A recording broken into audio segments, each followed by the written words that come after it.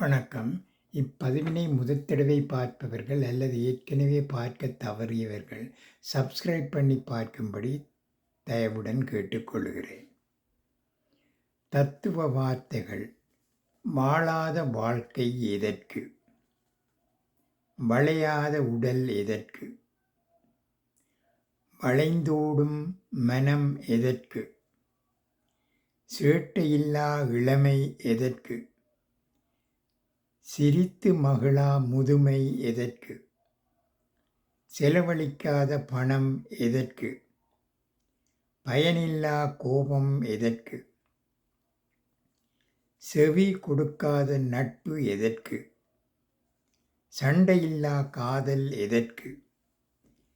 சிரிப்பில்லா முகம் எதற்கு? அமைதியில்லா அகம் எதற்கு? பயன்படுத்தாத மூளை எதற்கு?